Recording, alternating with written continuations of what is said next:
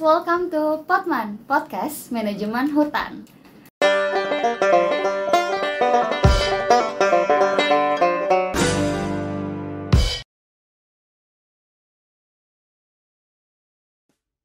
Karena kita udah hiatus lama, akhirnya Potman ini balik kembali bersama kita semua dengan tema utama nih yang bertajuk Rimbawan Magang di Perusahaan Tambang, Why Not?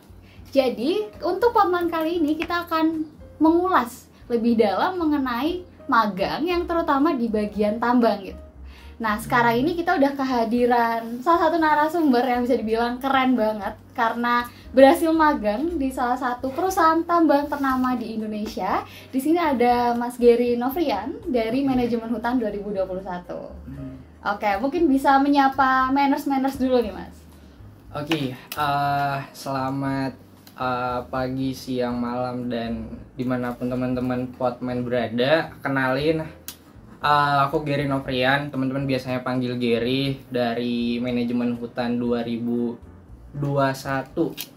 Iya, 21 apa 22 ya? 2021, Oh, karena aku 2022 iya. nih. Hampir lupa sama angkatan sendiri. Oke, nah mungkin dijelasin dulu nih Mas, kesibukannya Mas Gary itu sekarang apa? Oke, karena tempo hari yang lalu sudah menyelesaikan rangkaian skripsi teman-teman. Jadi ya ibadah skripsi telah selesai dan sekarang buat fokus persiapan wisuda aja di minggu depan. Jadi akhir-akhir ini hektik lah urusan sini buat persiapan wisuda gitu. Minggu depan, Mas? Iya, minggu depan. Wah, oke, kita doakan semoga lancar ya wisudanya. Oke, karena tadi juga Mas Gary udah perkenalan, mungkin aku perkenalan dulu nih karena boleh. lupa juga nih buat perkenalan. Oke, jadi perkenalkan teman-teman, nama aku Viana Eka Aprilia dari Manajemen Hutan 2022. Oke, seperti yang tadi udah aku sampaikan nih Mas, kita di Potman kali ini bakal bahas terkait magangnya Mas Gary yang kemarin nih. Nah, magangnya Mas Gary kemarin ini teman-teman ada di PT Freeport Indonesia gitu. Lebih tepatnya salah satu perusahaan yang bisa dibilang jadi idaman kali ya Mas ya untuk semua orang, gak cuma kehutanan, buat masuk ke dalam dan menjadi bagian dari karyawan dari PT Freeport Indonesia. Nah, tapi sebelum kita masuk ke PT Freeportnya sendiri nih Mas, atau magang di situnya, mungkin bisa dijelasin nih alasan Mas ini ikut magang tuh kenapa? Karena kan aku denger nih Mas Gary mulai magang itu bisa dibilang di semester yang gak muda lagi gitu. Oke. Sebenarnya gini teman-teman, persoalan buat memutuskan harus magang dan lain-lain soalnya berdasarkan dari goals dan tujuan saya pribadi buat kuliah. Karena kehidupan pasca kampus yang saya tujukan setelah kuliah itu adalah menjadi praktisi ya, bukan akademis. Jadi otomatis saya mencari pengalaman yang menunjang ke dunia praktisi. Nah, salah satu yang menambah pengalaman saya pribadi adalah mengikuti proses magang gitu. Jadi itu sih kenapa pertimbangan paling terbesarnya aku pribadi harus magang gitu. Biar pasca kampusnya ada bekal gitu buat di lapangan, buat tahulah sistem kerja di dunia kerja itu kayak gimana gitu, culture-nya lah dan lain-lain. Kayak gitu. Oke, berarti lebih ke bekal untuk nanti kerja Iya, gitu ya betul. Mas ya. Oke, nah mungkin kita sekarang udah mulai masuk ke magang di PT Freeport-nya nih Mas. Oke. Nah, informasi awalnya nih Mas Gary dapat informasi untuk magang di PT Freeport tuh dari mana sih? Dan kemudian boleh dong di-spill awalnya nih perusahaan yang Mas Gary daftar cuma PT Freeport atau ada perusahaan lain nih siapa tahu. Oke. Jadi awalnya itu ke-trigger juga ya sama teman-teman di luar kehutanan lah, di luar kehutanan teman-teman di UGM punya pengalaman yang dibilang punya pengalaman kerja magang yang luar biasa gitu dibanding teman-teman di kehutanan. Nah, itu ke-trigger, mulailah cari kira-kira yang menunjang dengan skill dan kemampuan yang dimiliki itu apa sebenarnya. Coba ternyata yang memiliki prospek paling besar itu yang saya lihat ada di reklamasi gitu kan. Reklamasi punya prospek besar gitu, dan salah satunya di pertambangan gitu. Dan aku pribadi coba cari info lah kira-kira pertambangan yang bisa menunjang prestasi dan kemampuan buat terjun langsung di dunia kerja itu seperti apa. Pertama sebenarnya yang pertama carinya perusahaan-perusahaan yang big company lah.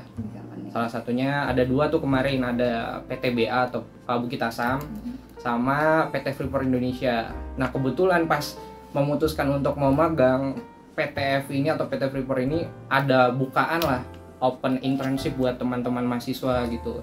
Sebenarnya Bukit Asam juga buka, tapi ada beberapa pertimbangan yang aku memutuskan untuk prefer ke PTFI gitu.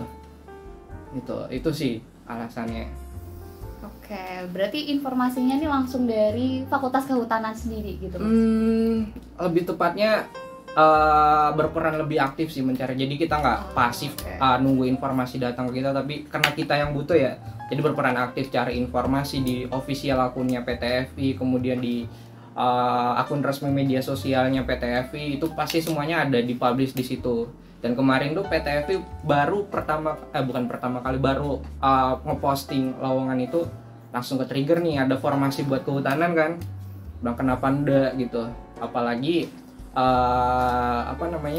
sangat relevan nih dengan basic ilmu yang kita punya, background ilmu yang kita punya buat terjun langsung di pertambangan. Itu sebenarnya. Oke, nah tadi kan udah sempat di-mention ya teman-teman kalau ada informasinya tuh di website ya, Bang? Iya, official akunnya. Nah, mungkin bisa dikasih tahu nih ke kita cara daftarnya gimana sih untuk PT Freeport ini magang di sana. Terus syaratnya mungkin apa aja gitu. Oke. Kalau secara garis besar ya, biasanya perusahaan-perusahaan multinasional sekelas Freeport itu dia buka atau memberikan informasi ke publik itu lewat official akunnya, baik itu di LinkedIn, di website resminya, atau di akun-akun resmi misal Instagram dan lain-lain. Biasa juga mereka langsung kontak dengan pihak-pihak universitas gitu, langsung ke Univ, nanti Univ yang sebarkan ke mahasiswa-mahasiswa.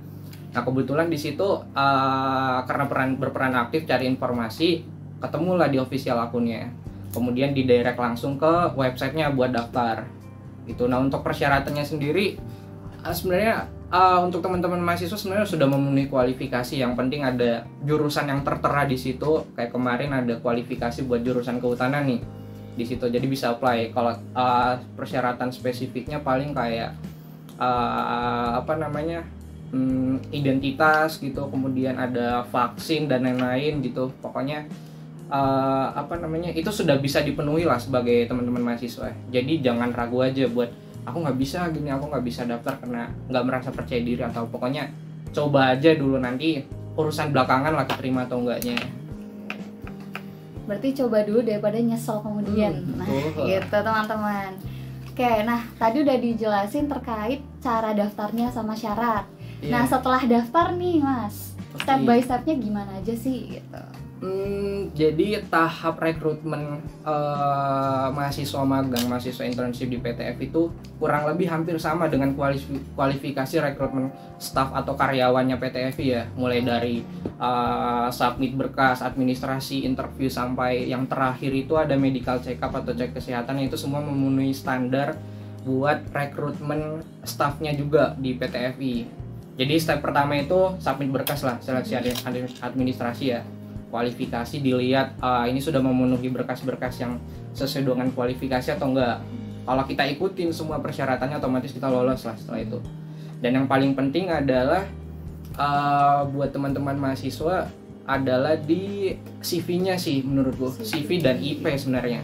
CV, IP, dan reputasi kampus gitu. Reputasi kampus juga itu berpengaruh penting sebenarnya. Yang terlebih adalah CV, di mana si qualifier itu atau recruiter itu lihat kalau kalian punya skill yang relevan dengan formasi yang disediakan sama pihak perusahaan adalah melalui CV kan. Jadi lihat tuh, ini relevan nggak sama job desk dan tanggung jawab kalian pas mau magang gitu. Itu yang dilihat. Yang ya pokoknya kalau mau apply dipersiapkan CV-nya yang paling menjual lah ibaratnya gitu. Nah setelah seleksi administrasi, CV dan lain-lain, kemudian masuk ke tahap interview. Nah ke tahap interview nanti juga hampir sama kayak rekrutmen staff dan karyawan, ada HR dan user, tapi ada beberapa juga yang nggak di interview gitu, karena mungkin dia sudah memenuhi kualifikasi yang diinginkan sama rekruter ya. Jadi kalau interview itu paling ditanyain secara teknis gitu, teknis keilmuan, dan apa kontribusi yang kalian akan berikan ke pihak perusahaan. Kalau andaikan kalian diterima nih sebagai mahasiswa internship, apa yang bisa kalian berikan inovasi ke perusahaan, itu lebih tepatnya buat interview ya. Tapi ya beberapa mahasiswa magang juga ngelewatin, dan ada juga yang nggak di interview karena itu tadi sudah memenuhi kualifikasi. Nah setelah itu barulah ke tahap akhir medical check up. Kata orang-orang kalau sudah masuk ke tahap medical check up itu biasanya itu sudah 90% udah keterima.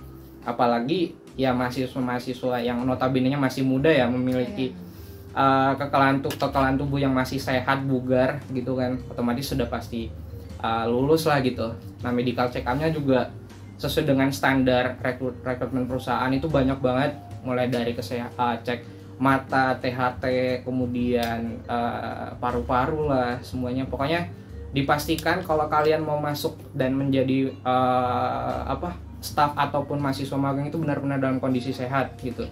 Karena perusahaan juga nggak mau rekrut orang yang bakal menurunkan kinerja gitu kan. Gitu. Nanti setelah MCU barulah ada kalau rekrutmen itu ada offering, tapi langsung mahasiswa magang itu langsung pemberian atau dikirimin tiket keberangkatan, mau di reschedule apa enggak. Nanti setelah dia ada keterima tiket pemberangkatan, nanti ditunggu beberapa hari terus berangkat langsung ke Timika, Papua Tengah gitu. Nanti setelah di sana ada step-stepnya lagi, harus ikutin beberapa cek kesehatan lagi kayak nafsah atau tes narkoba lah, narkoba kayak gitu, sama tanda tangan kontrak. Nanti setelah tanda tangan kontrak, kalau kalian layak lolos di tes narkoba itu, tes tanda tangan kontrak, kalian baru bisa diserahin ke user gitu untuk memulai kegiatan magang dan terjun langsung di aktivitas-aktivitas yang dilakukan oleh PT FI gitu. Kurang lebih untuk proses rekrutmen dari penyebaran informasi, publish informasi dari PT FI sampai ke keberangkatan ya kurang lebih hampir makan 2 bulan lah. Karena kalau nggak salah kemarin itu berdasarkan info yang aku dengar ya, dari sekitar 30.000 yang apply, yang keterima cuman 100-an berapa gitu. Jadi ya melewati proses seleksi yang panjang. Nah, itu kenapa biasanya big company itu proses rekrutmennya, apalagi manajemen trainee lah, itu kurang lebih makan 2-3 bulan lah, karena alasan itu, pertimbangan-pertimbangan yang harus dilakukan oleh rekruter. Itu sih stepnya. Oke, tadi aku sempat mention nih, berapa mas tadi? 30.000? Iya, kurang lebih. Wah, dan Mas Gary salah satunya teman-teman dari 100 orang yang keterima dari total 30.000 pendaftar gitu ya mas ya? Iya. Wah, keren banget sih emang udah. Oke, nah karena tadi udah dijelasin terkait step by stepnya, mungkin bakalan lebih penasaran lagi nih. Mungkin kita masuk kalau misalnya udah keterima. Nah, kalau udah keterima nih mas, untuk fasilitas yang didapatkan itu apa aja sih selama magang atau dari setelah informasi keterima itu? Oke, berdasarkan pengalaman yang aku udah jalanin selama jadi mahasiswa magang di PT FI, kalau dari fasilitas semuanya bisa dibilang kesana cuma tinggal bawa diri lah. Semuanya sudah ditanggung pihak perusahaan. Mulai dari keberangkatan juga menggunakan maskapai penerbangan perusahaan sendiri. Kemudian sampai di sana juga mulai dari akomodasi, kemudian buat makan juga itu udah ditanggung perusahaan. Kemudian fasilitas kesehatan, maupun kalian cuman sakit flu sedikit itu juga udah di cover sama perusahaan. Kemudian fasilitas sarana prasarana olahraga, kemudian restoran dan lain-lain itu semuanya disediakan gratis sama perusahaan. Jadi bisa dibilang ya sangat beruntung sekali lah punya kesempatan menjadi salah satu mahasiswa internship di PT FI. Soalnya itu memberikan pengalaman, bukan sekedar pengalaman sih, tapi relasi dan koneksi yang ada di sana juga benar-benar bisa dimanfaatin gitu. Apalagi ya magang dan kerja berasa liburan juga di sana gitu. Ya dari suasana dan lain-lain gitu. Oke. Magang berasa liburan. Iya. Oke. Kalau kata teman-teman yang pernah magang ya di sana. Menarik juga. Oke. Nah, berarti kalau untuk asrama sendiri atau tempat tinggal itu disediakan juga? Udah disediain. Ada mes khusus buat anak magang yang udah disediain sama PT FI. Oke. Nah, berarti kalau misalnya selama di sana nih Mas, yang keterima dari 100 orang ini apa cuma dari prodi kehutanan atau tadi kan disebutin ada beberapa prodi juga gitu ya? Iya. Nah mungkin bisa nih dikasih tahu prodi apa aja sih yang kemarin kebetulan Mas tahu untuk keterima di dalam PT Freeport. Oke. Karena basic background keilmuannya di pertambangan itu adalah engineer ya. Sebenarnya kalau kehutanan ini cuma di supportnya doang buat di memenuhi kewajiban lingkungan, reklamasi, rehabilitasi dan penutupan pasca tambang itu khususnya orang itu ditempatin buat orang-orang lingkungan. Tapi secara produksi untuk menghasilkan benefit buat perusahaan itu butuhnya orang-orang engineer, utamanya teknik. Kalau teknik hampir keseluruhan teknik ada, mulai dari sipil, mesin, elektro, kemudian geodesi, fisika, semuanya ada. Kemudian MIPA juga hampir semuanya ada, agro juga malahan ada, sampai pertanian, peternakan juga, perikanan juga ada semua. Kesehatan juga ada bahkan. Sama kayak kesehatan K3 kemudian yang menunjang ke SHL lah gitu. Pokoknya hampir semua lah background keilmuan itu bisa di cover sama PT FI, soalnya ya bisa dibilang big company yang secara notabene adalah perusahaan multinasional ya. Jadi semua aspek itu bakal menunjang sistem yang telah dibangun oleh PT FI. Jadi kebutuhan SDM-nya itu berbagai macam variasinya. Gitu. Berarti setiap jurusan ini mereka punya bagiannya masing-masing gitu? Iya, punya ya ditempatin di departemen dan punya job desk masing-masing gitu. Kalau buat Mas Gary sendiri nih, nah Mas Gary kan berarti kehutanan tadi kan udah jelasin beberapa ya, kayak ada di bagian pasca tambang, reklamasi gitu. Yeah. Nah kalau Mas Gary kemarin untuk magangnya di bagian apa nih Mas? Dan ngapain aja sih selama magang itu kemarin? Oke. Kemarin setelah penyerahan user dan kebetulan ditempatin di divisi environmental. Secara spesifik lagi di Departemen Environmental Highland Reklamasi. Nah itu lokasinya ada di Tembagapura kalau teman-teman tahu, karena lokasi kerjanya Freeport itu ada di dua lokasi, ada di Highland sama Lowland. Kalau di Lowland itu di sekitar Kuala Kencana lah yang terkenal tuh, yang kota yang kayak ibaratnya luar negerinya Indonesia gitu. Terus kemudian ada di Tembagapura. Nah aku pribadi tempatin di Tembagapura dan punya lokasi kerja tuh di Grasberg, tambang Grasberg, yang tambang terbukanya PT FI gitu, yang sekarang sudah tidak beroperasi lagi, dialihkan produksinya ke tambang bawah tanah underground gitu. Nah untuk tugas dan tanggung jawab sama job desk utamanya selama magang itu, karena basic knowledge-ku adalah di GIS dan remote sensing juga, database spasial dan lain-lain. Makanya saya inisiatif sih sebenarnya, aku inisiatif diskusi sama user dulu, saya mau punya inovasi tentang ini di bidang database, kemudian beberapa pekerjaan yang sekiranya menunjang buat membekali pengalaman kerja di GIS gitu.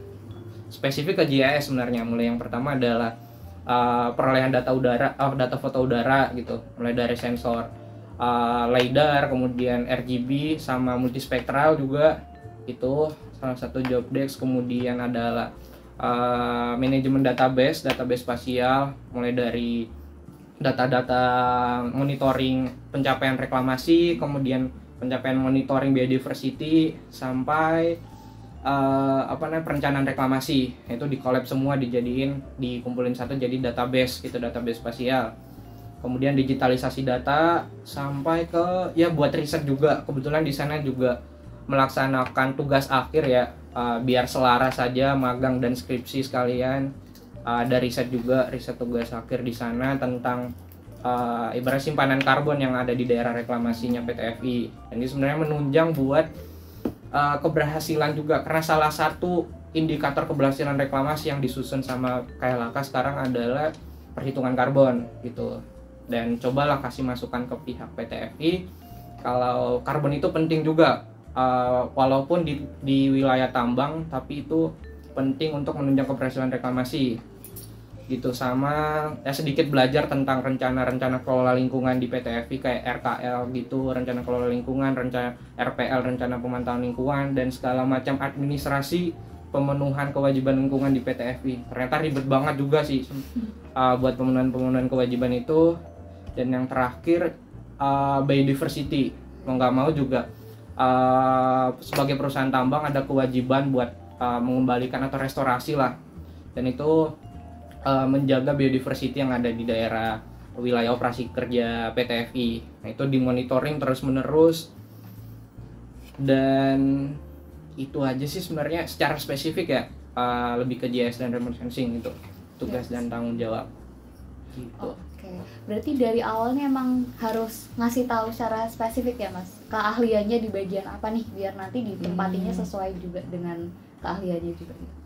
Lebih ke negosiasi aja. Kemudian soalnya kita tuh magangnya bukan kayak magang yang teman-teman bayangin ya, kayak datang magang kemudian cuman duduk aja gitu, ada kerjaan baru disuruh user gitu baru kerja, enggak. Tapi kita sistem magangnya aktif di sana, nggak pasif.